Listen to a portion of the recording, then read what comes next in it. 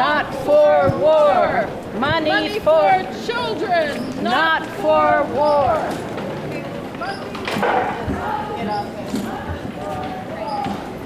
Support Ukraine. End the war. Support Ukraine. End the war. The only fact is that a democratic, peaceful country was invaded by an aggressive neighbor. I hear you. You're right about that. Ukrainians are dying, and the only way to end this war today is for Russia to leave. That's it. And Russia agreed on a peace deal in March last year, and it was scuttled by the West. And that's a fact, and that's well known. It was to give up parts of Ukraine. Would you give up parts of the U.S. Well, we have if that different happened? positions. Well, maybe you would give up Vermont. And we have different experiences. If it was invaded.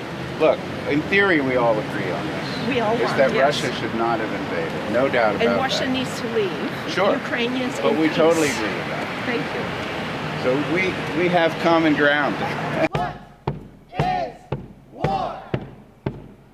What is war? Who profits?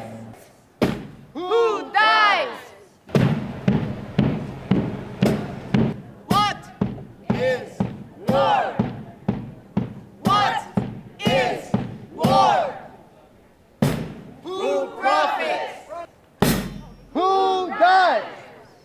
The U.S. government says no negotiation, but victory. We now present to you a typical U.S. victory dance.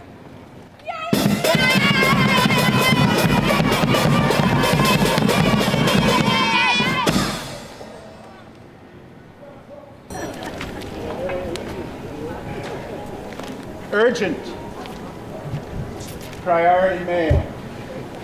Dear Senator Sanders, we, your constituents, have used email, phone calls, office visits, and petitions with over 660 signatures to request a meeting with you to discuss pathways to a diplomatic, negotiated end to the war in Ukraine. When I first heard the F-35, that I heard it was here at a public airport, I knew that was wrong. But when I hear it go over, and this morning there were multiple planes going over, and now the F-35 and the F-16 and its other planes are deployed on the borders of Russia.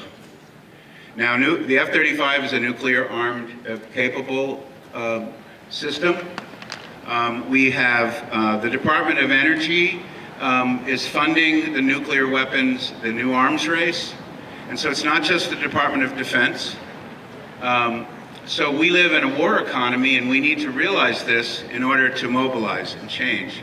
So we're Vermonters, and we're not willing to take part in this march to war and risk nuclear war. We're not willing.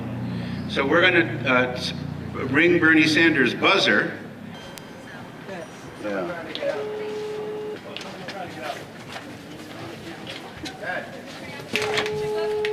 Somebody's trying to come out.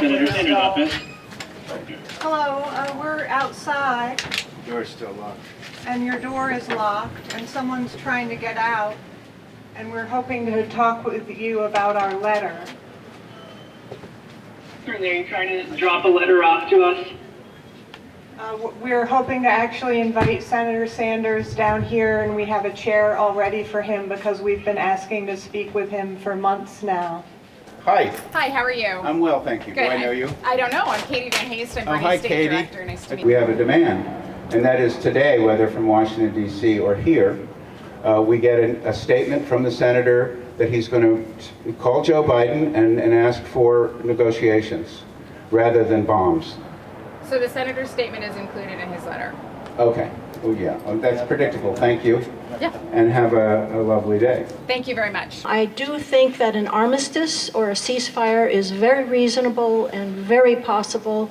This is what was done for Korea. It's not a perfect situation now whatsoever with the militarization of South Korea and the North. And so we do think that any kind of an armistice is helpful. We've got to stand up against war. Right now, Medea Benjamin, many other people are down in D.C. risking their personal safety to stand up and say that this war is not right. all of these wars have been fought for corporate interests, and this is nothing new. What we're dealing with now is, war for profits. And so I just want to thank all of you here who have been willing to stand up and speak both for and against this war. And what's really important is that we all speak together, and Bernie, he needs to be in this circle as well. I have friends who just spent some time in Germany and the Netherlands. The United States has nuclear weapons on the soil of 5 different countries, and this is a violation of international law. And right now, the NATO states are practicing war games, and they're very serious, and they're spending a lot of time, money, and carbon footprint. This is for real. This preparation for this current war is very real and very, very dangerous. Something that a lot of people don't know, that I didn't know until about 6 months into the war, even though I follow pretty closely, is that there was peace negotiations in March of 2022, and there was actually a deal reached for peace. And Putin and Zelensky were both ready to sign. And Boris Johnson flew in personally and told Zelensky not to sign because he would get a better deal by fighting. And we see the result. And for me, it feels like the same message, which is bomb before negotiations. And we've heard it so many times. And this war is more complicated, but there was an option. And ultimately, there still is an option. And the option of fighting looks less and less effective every day, especially for the Ukrainians.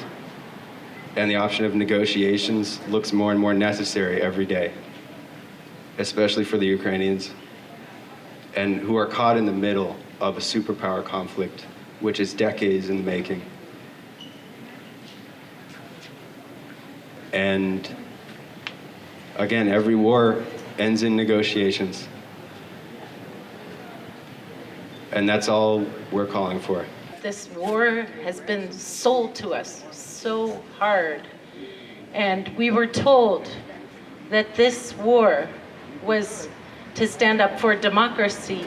And yet, Zelensky has canceled elections, has banned opposition parties, and has shut down alternative media and imprisoned war resistors.